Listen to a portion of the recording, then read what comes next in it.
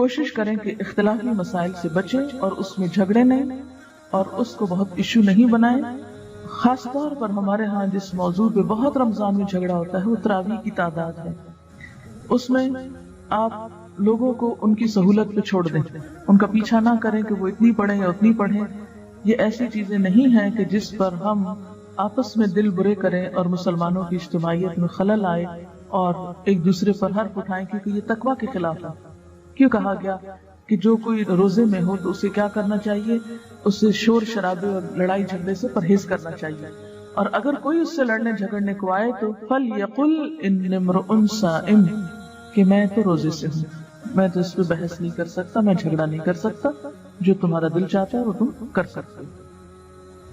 بنیادی طور پر جو نبی صلی اللہ علیہ وسلم کی سنت سے جو چیز ثابت ہے کہ رمضان اور غیر رمضان میں آپ جو تھے وہ 8 رکعت پڑھتے تھے، لیکن زیادہ نفلوں کے اوپر کوئی قید نہیں.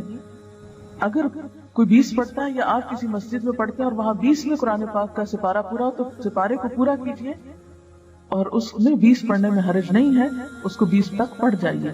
یعنی یہ ایسی چیزوں میں سے نہیں ہے کہ جو حرام حلال کے دائرے میں آتی ہیں یا نعوذ باللہ کسی بدعت اور اس میں آتی ہیں. اس میں بنیادی طور پر بات یہ ہے، صرف اتنا سا فرق ہے کہ بعض لوگوں کے نزدیک نبی صلی اللہ علیہ وسلم کی سنت 8 ہی تھی، اور اگر کوئی زیادہ پڑھنا چاہے تو اس پر کوئی اعتراض نہیں. تو اس میں یہ ہے کہ اگر آپ کسی ایسی مسجد میں ہیں کہ جہاں پر 8 پڑھ رہے ہیں اور سپارہ وہاں مکمل ہو گیا ہے تو اس میں آپ یہ نہ سمجھے کہ ہم گناہگار ہو رہے ہیں. ان میں کیا ہوتا ہے کہ قیام لمبا ہو جاتا ہے. نبی صلی اللہ علیہ وسلم کے زمانے میں یہ قیام اللیل ہی تھا، یعنی رات کی نماز تھی.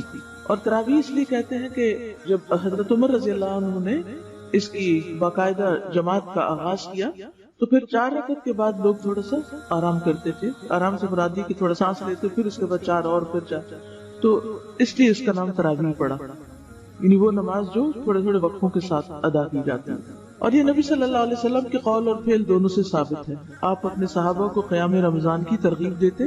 تراویح جماعت کے ساتھ پڑھنا زیادہ افضل ہے. آپ نے اپنے گھر والوں اور بیویوں کو بھی تراویح کی جماعت میں شریک کیا اور طویل قیام کیا، خصوصاً آخری عشرے میں رات کے قیام کے لیے جگایا. حضرت ابو ذر فرماتے ہیں کہ ہم نے رسول اللہ صلی اللہ علیہ وسلم کے ساتھ روزے رکھے. آپ نے 23ویں رات تک ہمارے ساتھ رات کی نماز نہیں پڑھی، پھر 23ویں رات کو ہمیں لے کر کھڑے ہوئے، یہاں تک کہ 1/3 رات گزر گئی، 1/3 اتنا لمبا قیام کیا. پھر 24ویں رات کو نماز نہیں پڑھائی، لیکن 25ویں رات کو آدھی رات تک نماز تراویح پڑھے، پہلے سے بھی زیادہ لمبا.